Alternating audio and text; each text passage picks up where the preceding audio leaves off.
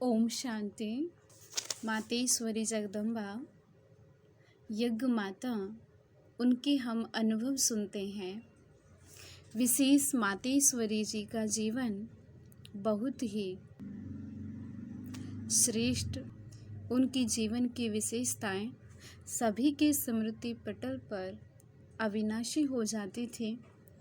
ऐसी विशेष महान आत्मा का हम अभी निर्वेर भाई जी सुनाते हैं मम्मा के अंग संग के अनुभव।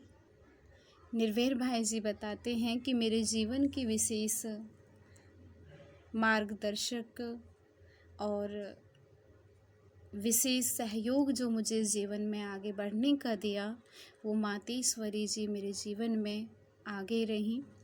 मुंबई में एक सर्वधर्म सम्मेलन हो रहा था। हम लोगों को उसका निमंत्रण मिला और मैं उसमें नहीं जाना चाहता था।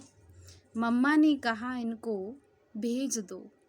वह सम्मेलन मुस्लिम नेताओं ने बुलाया था और सर्वधर्म सम्मेलन था, लेकिन आयोजक मुस्लिम धर्म के थे। तब तक मैं व्यक्तिगत रूप में ईश्वरीय ज्ञान सुनाता और चर्चा करता था, लेकिन सभा में कभी भाषण नहीं किया था। जब मुझे निमंत्रण मिला तो मैंने कहा, मैंने कभी भाषण नहीं किया तो मैं कैसे जा सकता हूँ सम्मेलन में। रात का समय था। यह बात मम्मा के कानों में पड़ी तो मम्मा ने कहा, उसको मेरे पास बुलाओ, मैं अभी उसको भाषण करना सिखा देती हूँ। तो मैं मम्मा के पास जाकर बैठा और मम्मा ने अपना हाथ मेरी पीठ पर रखा और धीरे धीरे मुझे भाषण करना सिखाया। सम्मेलन का विषय था विश्व शांति। 4 मिनट तक मम्मा ने मुझे विश्व शांति क्या है, उसकी आवश्यकता क्यों है, विश्व में शांति कब थी और विश्व शांति का स्थापनकर्ता कौन है, यह सब बातें बताईं। जब मैंने जाकर के भाषण किया तो 40 मिनट के उस भाषण को लोग एकाग्रचित्त होकर के सुन रहे थे। लोगों को सबसे ज़्यादा आकर्षक हमारा ही भाषण लगा था।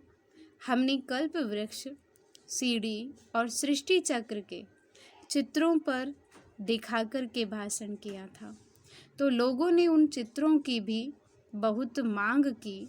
इस प्रकार खुद वाग देवी सरस्वती माँ ने मुझे वाक कला भी सिखाई। माँ का प्यार कैसे निस्वार्थ प्रेम था। सबसे पहले मैं मम्मा से 1959 में मुंबई के वाटरलू मैंसन एरिया, जो कि कोलाबा के नज़दीक है, वहाँ मिला था। उस समय ज्ञान में आते मुझे सिर्फ 1 महीना ही हुआ था। मम्मा मुंबई में लगभग 1 महीना रही। उस समय मेरी उम्र करीब 20-21 साल की थी। मम्मा का व्यक्तित्व जो था वह बड़ा ही तेजों में और स्वाभाविक रूप में एक माँ की भाषा आते थे। उनसे मिलने पर मुझे ऐसे लगता था कि मैं पहले भी इनसे मिला हूँ। यह बात उनसे कही भी थी। मम्मा ने कहा, हाँ कल पहले मिले थे, परंतु उस समय समझ में नहीं आया था। एक दिन भोजन के समय में उनके पास था तो उन्होंने अपना भोजन शुरू करने से पहले पहली गिट्टी मुझे खिलाकर बाद में स्वयं खाई।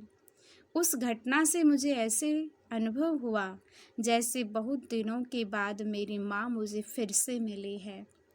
मम्मा ने कहा, हाँ यह अलौकिक संगम है।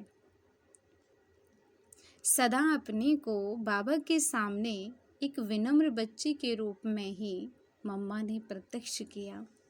हर शाम को विशेष मम्मा का क्लास 5 से 6 बजे तक रखा जाता था।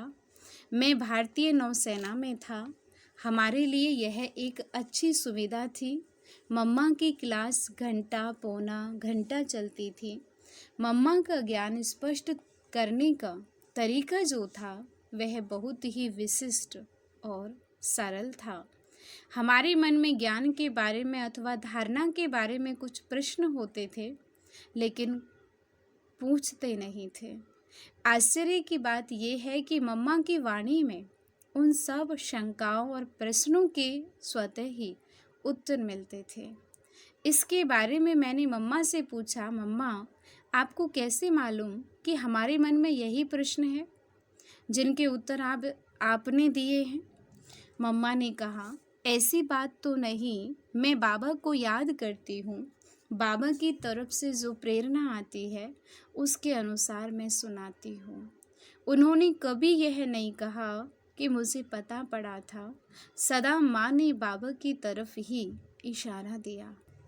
अपने को बाबा के सामने सदा विनम्र बच्चे के रूप में ही प्रत्यक्ष किया। रोम रोम में ज्ञान समाया हुआ था मम्मा के, और अंग अंग परमात्मा की याद दिलाता था। मम्मा जिस विषय को उठाती उसकी अत्यंत गहराई में चली जाती थी। विशेष उन दिनों में मम्मा कर्म के ऊपर बहुत विस्तार से और गहन रूप में समझाती थी, परमात्मा के परिचय के बारे में तथा पवित्रता की धारणा के ऊपर भी बहुत गहराई से समझाती। गहराई के साथ समझाने की विधि बहुत ही सरल, सहज और रमणीक होती थी। सुनने वालों को धारणा भारी और कठिन नहीं लगती थी। सचमुच में सुनने वाले को लगता था कि वे विद्या की देवी सरस्वती हैं और उनकी विद्या से उनका जीवन धारणा रूपी धन से संपन्न हो रहा था। उनकी धारणा बहुत ही उच्च कोटि की थी। मम्मा बोलती बहुत कम थी।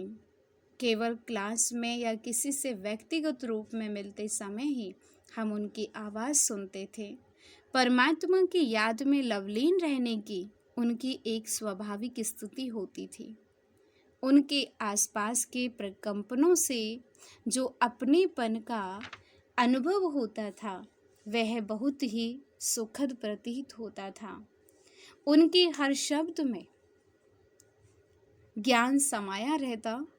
यूं कहें उनके रोम रोम में ज्ञान समाया हुआ था। उनको देखते ही परमात्मा की याद में हमारा मन मगन हो जाता था। याद करने की मेहनत नहीं करनी पड़ती थी। परमात्मा पिता की याद सहज आती थी। इसलिए कहते हैं कि मम्मा का रोम रोम और अंग अंग परमात्मा पिता शिव बाबा की याद दिलाता था।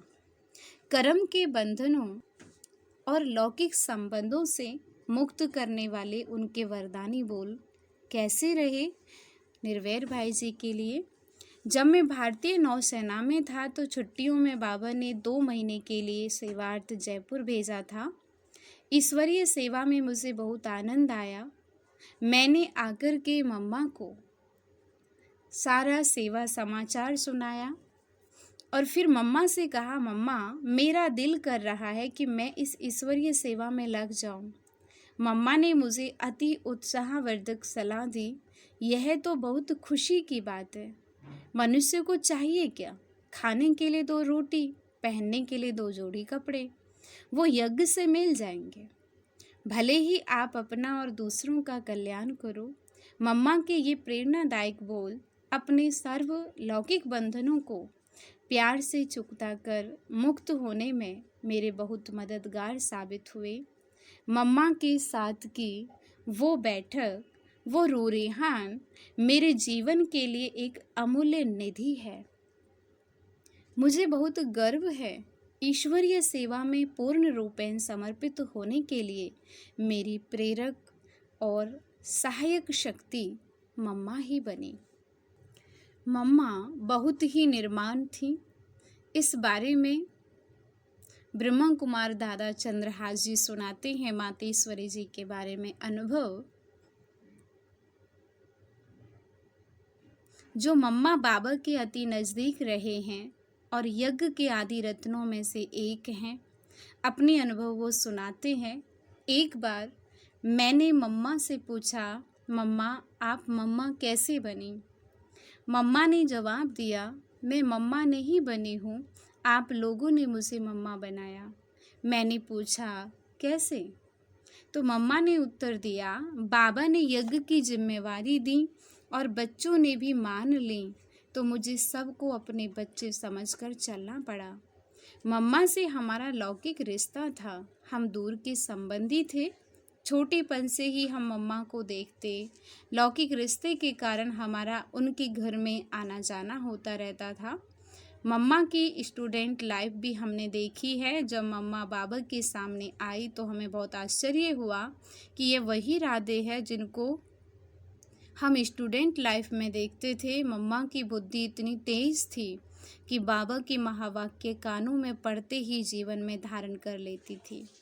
मम्मा ज्ञान में आते ही ऐसे परिवर्तित हो गई, हम देखकर बहुत आश्चर्यचकित रह गए। स्टूडेंट लाइफ में जो इतना मॉडर्न और फैशनेबल हो, वो इतनी तीव्र गति से बाबा के ज्ञान को धारण करे, हमें बहुत ही वंडर लगता था।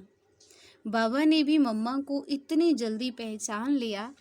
एक दिन मुरली सुनते सुनाते बाबा ने मम्मा से पूछा,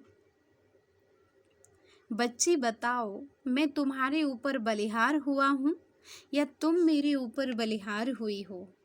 मम्मा चुप रही और मुस्कुराती रही। फिर बाबा ने ही उत्तर दिया, पहले बाबा मम्मा के ऊपर बलिहार हुआ, पीछे मम्मा बाबा के ऊपर। कैसे? मम्मा के आते ही बाबा ने एक कमेटी बनाकर अपनी सारी प्रॉपर्टी उनको विल कर दी। तो बाबा ने कहा, समझा मम्मा, कैसे बाबा तुम्हारे ऊपर बलिहार हुआ? यह सुन मम्मा हंस पड़ी। मम्मा के आते ही बाबा उनको पहचान कर एक के बाद एक जिम्मेवारियां देते गए और मम्मा भी उन सबको स्वीकार करते करते यज्ञ माता बन गई। जैसे कि एक चिड़िया घास अथवा अनाज के दाने को पहले टुकड़ा करती है और बाद में अपने बच्चों के मुंह में डालती, वैसे मम्मा भी बाबा के गुह्य ज्ञान को पहले अपने में धारण कर, अनुभव कर, उसको सहज बनाकर हम बच्चों को सुनाते थे। मम्मा ज्ञान को इतना सरल बनाकर सुनाती थी, ईश्वरीय ज्ञान से अनजान व्यक्ति को भी ज्ञान सहज समझ में आता था, उसकी बुद्धि में बैठ जाता, वह खुश हो जाता था। मम्मा की यह खूबी देखकर बाबा उनको ज़्यादातर टूर पर भेजते थे। मम्मा के अंतिम 8 साल टूर पर ही बीते। 1-2 बार मेरे को भी मम्मा के साथ जाने का सौभाग्य प्राप्त हुआ। लखनऊ, कानपुर, पटना आदि शहरों में मम्मा के साथ मैं भी गया। मम्मा इतनी निर्माण थीं कि साधारण सेवा भी वे अपने हाथों से ही करती थीं। बाबा का भोग भी वे ही बनाती थीं। मम्मा ने हर बच्चे को बेहद के प्यार से पाला, पोसा और हर ज़रूरत को पूरा किया। मम्मा की याद आती है तो हमें क्या कहें, कुछ कहने के लिए हमारे पास शब्द नहीं है। मन उनके स्नेह में गदगद हो जाता है। मम्मा की जितनी ही महिमा की जाए उतनी ही कम है। ओम शांति।